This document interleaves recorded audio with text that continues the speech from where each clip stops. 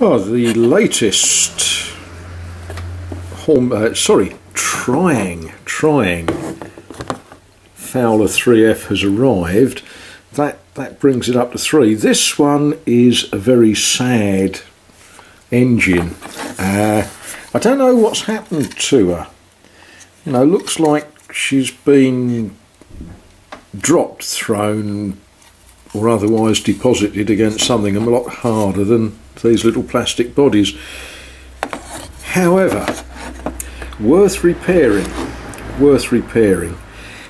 I have applied a little bit of power to it, and it sort of makes hopeful noises, but it doesn't run. Hardly a surprise.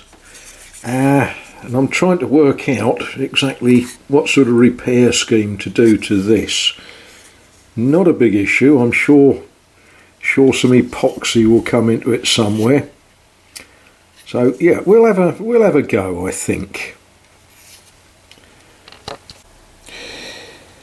And one wonders sometimes why these motors don't run.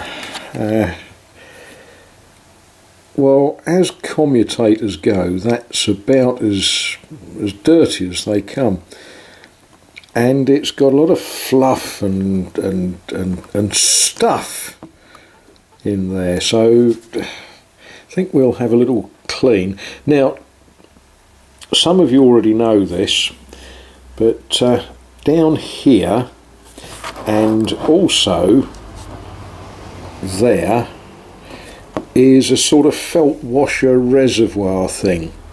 They like to be gently soaked in a thin machine oil, very thin oil. On these older motors, it's the way they used to do it. So I have already dripped some 3-in-1 in that, but I think my next job is to attack the commutator, don't you? Oh, this looks like a surgeon's workbench, doesn't it? Right, here she is in all her naked glory. I cleaned the commutator, put the brushes back in, and what I did, I applied power to the wheels and nothing happened. Oh dear.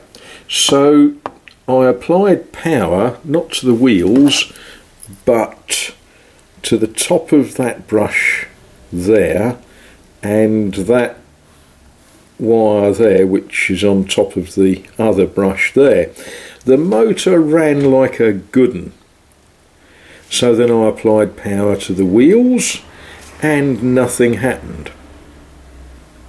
Now, being the sort of guy I am, then I applied power to the brush and the motor ran like a good 'un. So there's nothing wrong with the motor, but the electric just wasn't getting to it. So underneath these you have a pickup plate, which is that thing there, held on by 2 dinky little screws. They take a bit of taking out. The first 1/8 of a turn you need a little bit of brute force, but that came out, and there's the problem. The wire, where are we? This wire here should be nicely soldered on that little bit of the pickup there, and as you can see, it isn't.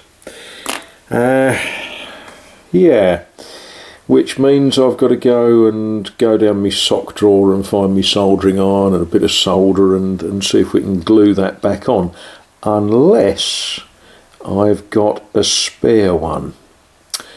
So we'll have a little look for a spare one to start with and see how we get on.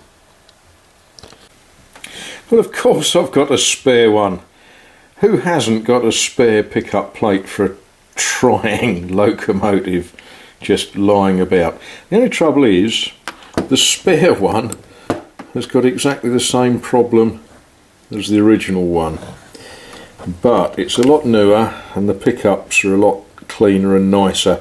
So I think I'm going to repair the spare one and fit the spare one rather than repairing the original one.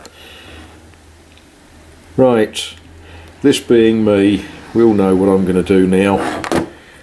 Cup of tea, I think.